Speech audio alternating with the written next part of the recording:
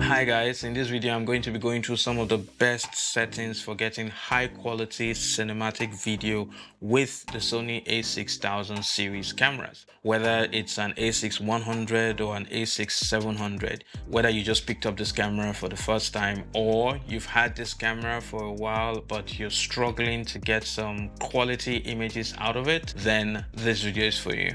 So now the first thing we want to do is we actually want to set our dial to movie. All right, not M. M is for murder. M is for manual. We want to set our dial to movie. Next up is picture profiles. So you want to go to the menu, you want to go to sub 5, and at the bottom, picture profile. Now we have two options. The first option is we can leave this turned off, and this will give you some of the most beautiful colors that you can get out of this camera. But the downside to that is that the dynamic range is going to suffer, at least compared to when shooting in another picture profile like S-Log2 or S-Log3. In fact, Brandon Lee actually shoots sometimes without the picture profiles. So don't feel like you're turning it off means that you are not professional or you're not shooting in S-Log. Absolutely not. If you're shooting outdoors at night, you're not like shooting a movie, you're just like maybe a documentary or something, I actually turn off the picture profile. If you're indoors within an environment that you can actually control the lighting and you do not have enough time in the edit for color grading or color correcting, then you can definitely shoot without the picture profile because it's indoors and you can control the lighting. So even though the dynamic range reduces, you're still going to get good exposed images.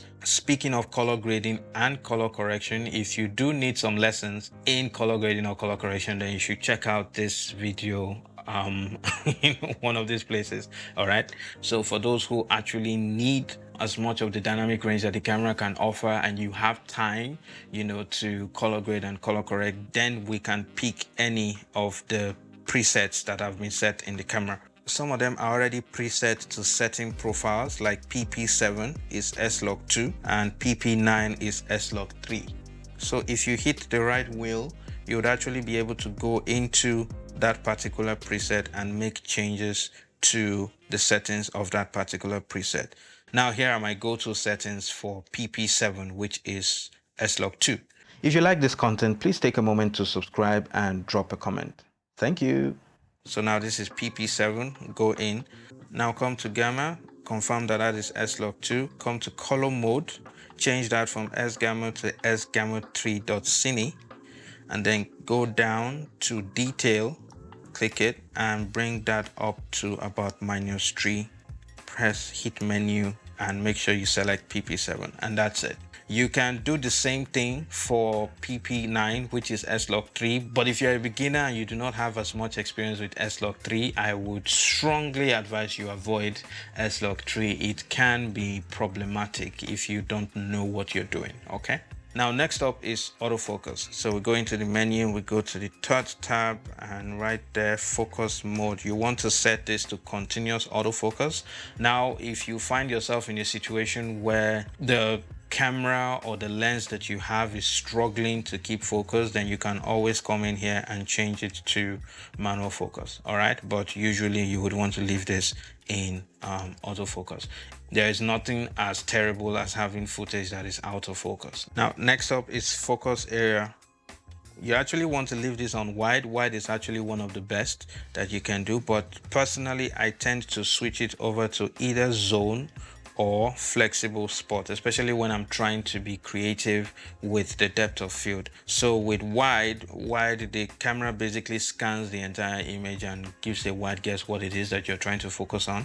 But when you come to something like zone, you're actually able to choose, you're actually able to select what part of the image that you want in focus. So for example, I might have someone's head here and and what I want to focus on is there. So I would just move this over there and, you know, the person's head can be blurry and I can get whatever it is that I want in focus over there. Now, next setting is zebras. So from the camera icon, just go the cog icon, the first one. Now, I usually set mine to 90 because I want a case whereby even though I'm seeing the zebras on my screen, I still know that I have just a little bit more information there and I know it is not completely blown out. And the last but not least setting that would definitely help you is the Gamma Display Assistant. All right.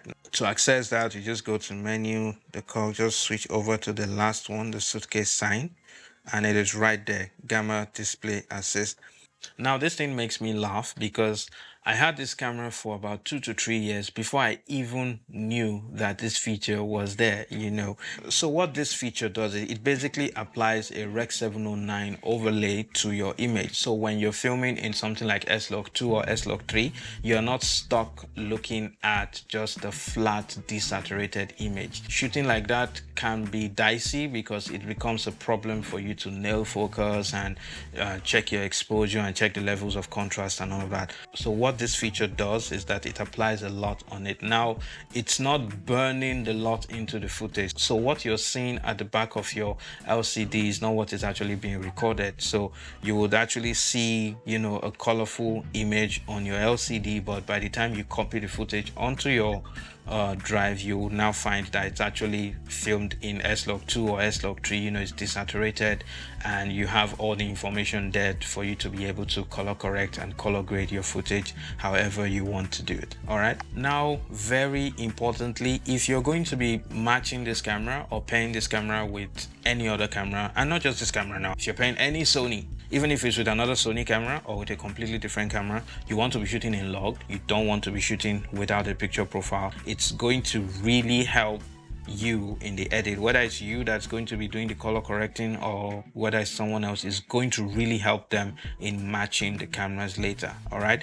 And speaking of matching cameras, you should actually check out my other video where I compared the footage from this camera to that of the A7S III.